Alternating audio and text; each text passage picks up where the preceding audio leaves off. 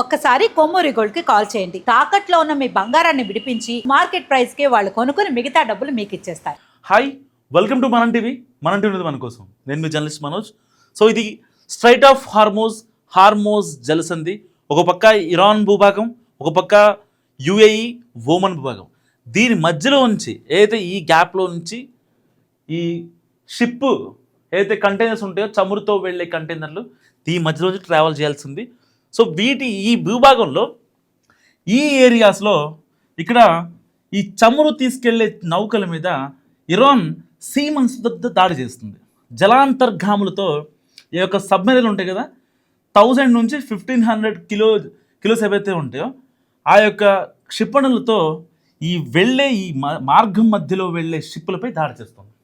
So దానికోసం ప్రపంచం అంతా ఇప్పుడు చాలా పెద్ద ఎత్తున, మామూలుగా కాదు, చమురు రవాణా మొత్తం ఆగిపోయింది. సో దాంతో ఈ గ్యాస్ ఇబ్బందులు ఫర్దర్గా ఆయిల్ మీద కూడా ఇంపాక్ట్ పడే అవకాశం ఉంది. సో ఫర్దర్గా అంటే ఒక రకంగా నిన్న గనక ఈ హార్మోజ్ జలసంధి నుంచి గనక ఇరాన్ మనకి అనుమతి ఇవ్వకపోతే కరెక్ట్గా 3-4 డేస్లో ఇండియా లాక్డౌన్ అయినా సరే దాంట్లో ఏమాత్రం సందేహం లేదు, అలాంటి సిచ్యువేషన్ ఏర్పడేది. ఎందుకంటే మొత్తం స్తంభించిపోయింది, అందరిలో ఒక భయానక వాతావరణం ఏర్పడింది. సో ఇలాంటి సందర్భంలో ఇండియా ఇప్పుడు సేఫ్.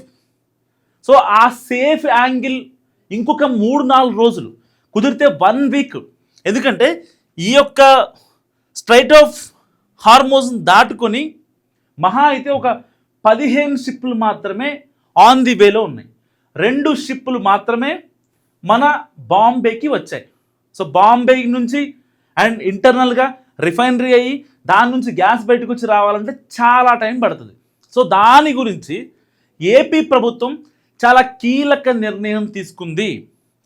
డైరెక్ట్గా స్ట్రైట్ ఆఫ్ హార్మోజ్ నుంచి వచ్చే షిప్లు ఏవైతే ఉంటాయో ఇప్పుడు డైరెక్ట్గా కాకినాడ పోర్టుకి, ఇటు వైజాగ్ పోర్టుకి కూడా వస్తున్నాయి.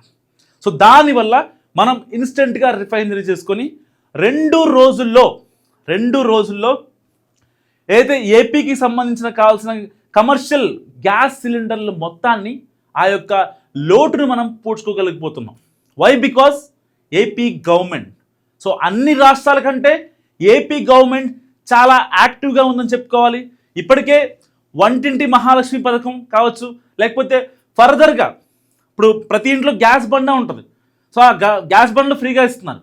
ఓకే, అది ఎలక్షన్ హామీలు అనుకుందాం, పక్కన పెట్టేద్దాం. కానీ ఫర్దర్గా ఇన్ ఫ్యూచర్ 10 ఇయర్స్లో ఈ గ్యాస్ బండలు ఇంట్లో ఉండటం వల్ల సో ప్రాణాలు పోయే ప్రమాదం ఉంది.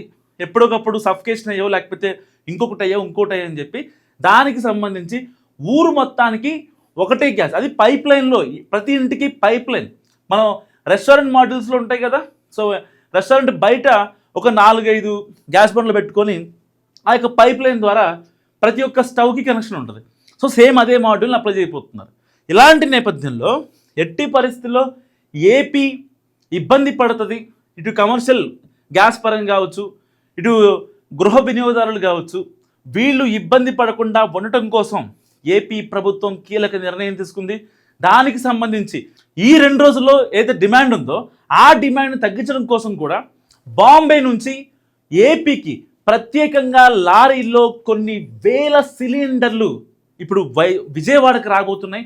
సో అక్కడి నుంచి ఎక్కడికైతే ఈ డిస్ట్రిబ్యూషన్ ఉంటాయో ఆ డిస్ట్రిబ్యూషన్ దగ్గర నుంచి ప్రతి ఒక్కరికి స్ప్లిట్ అయిపోతూ ఉంటాయి. కొన్ని వందల లారీలు, స్పెసిఫిక్గా మనం చెప్పుకోవాలంటే కొన్ని వందల లారీలు కేవలం ఏపీకి మాత్రమే వస్తున్నాయి. ఎందుకు మరి ఏపీకే వస్తున్నాయి? మనకు వస్తుంటే మరి పక్క రాష్ట్రాల వాళ్ళు ఏమనుకోరా, లేదంటే ఇంకోటి అనుకోరా? అంటే ప్రభుత్వమే డబ్బులు వెచ్చించి వాటిని కొనుక్కుంటుంది.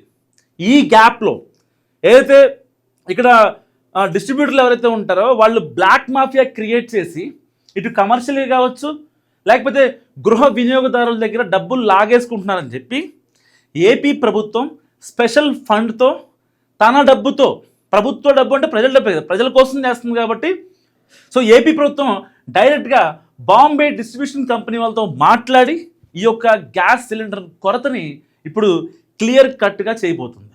1 కాదు 2 కాదు, దాదాపుగా 4-5 రోజుల నుంచి ఈ యొక్క గ్యాస్ ఇలకత్త మఫ్లీ నడుస్తుంది. కొన్ని రిపోర్ట్స్ ప్రకారం మనం మాట్లాడుకుంటే దాదాపుగా ఒక 10,000 కోట్ల రూపాయల ఏదైతే బ్లాక్ మాఫియా ఈ 4 రోజుల్లో జరిగింది దేశవ్యాప్తంగా. సో దీన్ని గనక మనం అరికట్టాలి అంటే ఇప్పటిదాకా గవర్నమెంట్ ఆఫీషియల్స్ ఇంకా విదేశాంగ శాఖలో ఉండే కీలక అధికారులు వాళ్ళు నిత్యం ఇరాన్ గవర్నమెంట్తో మాట్లాడి ఏదైతే ఇక్కడ నుంచి మన షిప్పుల్ని పంపిస్తారు, అంతా ఫైన్, బాగానే ఉంది. కానీ ఈ 3 days ఇక్కడ నుంచి షిప్లో వెళ్ళాలి కదా, ఇండియాకి రావాలి అంటే మరి ఒక 4 days 5 days సో షిప్ వెళ్ళే వేగాన్ని బట్టి దాని మీద ఉన్న కంటైనర్స్ని బట్టి అన్ని పారామీటర్స్ బేసేసుకుని ఉంటుంది. మరి అలాంటప్పుడు కొంచెం లేట్ అయ్యే అవకాశం ఉంటుంది, కొంచెం త్వరగా వచ్చే అవకాశం ఉంటుంది. కాబట్టి మళ్ళీ అక్కడికి వచ్చిన తర్వాత రిఫైనరీ దగ్గరికి వెళ్ళి అక్కడ శుద్ధి చేసుకొని గ్యాస్ ఆయిల్ వెళ్ళాలి కదా. సో దీనికి టైం పడుతుంది. దానికోసం ఇప్పుడు ఈ మధ్యలో ఏదైతే ఆ టెన్యూర్ ఉందో 3-4 days ఆర్ 1 week, ఆ 1 weekకి సరిపడా మనం బాంబే దగ్గర నుంచి ఏపీ ప్రభుత్వం కొనుగోలు చేస్తోంది. దానికి సంబంధించి ఏపీ సేఫ్ అని చెప్పుకోవచ్చు ఒక రకంగా. ఎందుకంటే ఒక రకంగా మాస్టర్ ప్లాన్ దీనికి సంబంధించి పర్టికులర్గా కేంద్ర ప్రభుత్వం చాలా సహకరించింది. ఎందుకంటే ఏపీ ప్రభుత్వంలో కూటమి ఏర్పడిన తర్వాత అనూహ్యంగా ఎన్డీఏకి మద్దతు ఇవ్వడం, దాని తర్వాత మోడీ మనకి పర్టికులర్గా ఫేవర్గా ఉండడం ఒక రకంగా ఏపీ ప్రజలకు ఇప్పుడు అది వరమైందని చెప్పుకోవాలి. ఎందుకంటే గత 4-5 రోజుల నుంచి చాలామంది గృహ వినియోగదారులు ప్యానిక్ అయిపోతున్నారు పర్టికులర్గా ఏపీలో.